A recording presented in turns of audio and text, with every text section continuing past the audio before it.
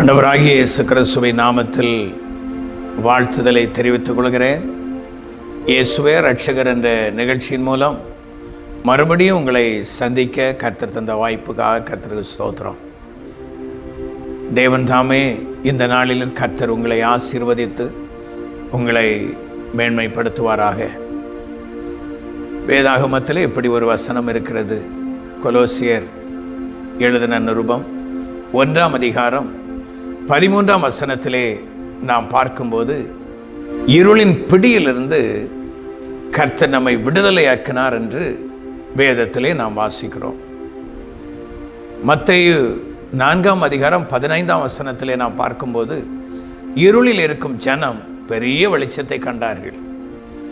இந்த கொலோசியர் 1ஆம் அதிகாரத்திலே நாம் பார்க்கும்போது, இருளின் பிடியிலிருந்து நம்மை விடுதலையாக்கினார் என்று சொல்லப்பட்டிருக்கிறது. இருளுக்கு ஒரு அதிகாரம் உண்டு. அது மனுஷர்களை அடிமைப்படுத்துகிறது.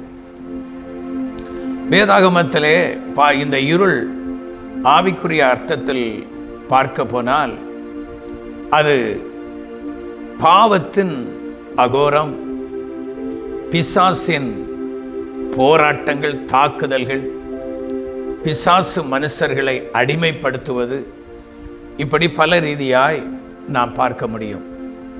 ஃபுல் வீடியோவை பார்க்க ஹேண்டில் கீழே இருக்கிற ப்ளே பட்டனை கிளிக் பண்ணுங்கள்.